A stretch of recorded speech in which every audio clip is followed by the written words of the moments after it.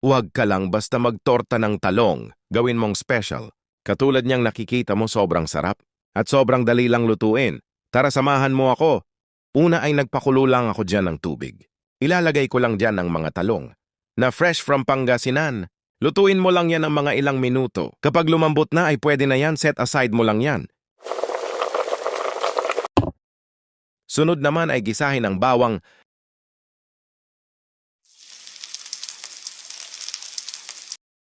Isunod ang sibuyas. Gisahin mo lang yan ng maigi. At nilagay ko na din ang kamatis. At kung gusto mo pala ng mga ganitong video ay mag-subscribe ka na. Maraming salamat! Ilagay mo na din ang giniling na karne ng baboy. Gisahin mo lang yan hanggang maging ganyan ang itsura. At timplahan ng paminta.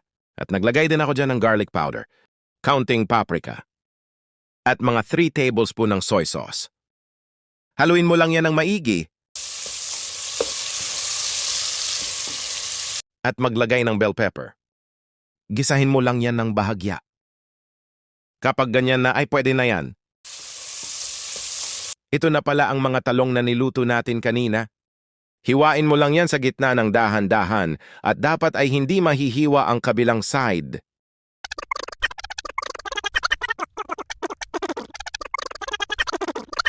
Sunod naman ay ilalagay na natin ang giniling na ginisa natin kanina.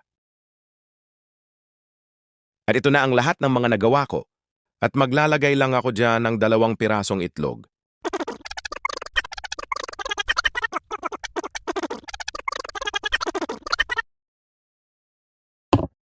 Sunod ay umpisahan na natin magprito.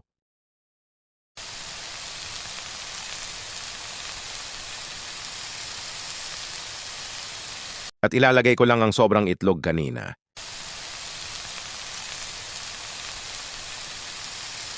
Ipagpatuloy mo lang ang pagprito hanggang maging ganito ang itsura. Tignan mo naman yan, sobrang nakakatakam. Lulutuin ko na lang din ang iba pang mga natira. At kung umabot ka dito, ay paki-comment mo naman kung taga saan ka para naman malaman ko kung hanggang saan umabot ang video na ito. Maraming salamat! At ito na ang mga naluto ko. 'Di ba sobrang dali lang? Kaya magluto ka na din. Hanggang dito na lang, hanggang sa muli, paalam.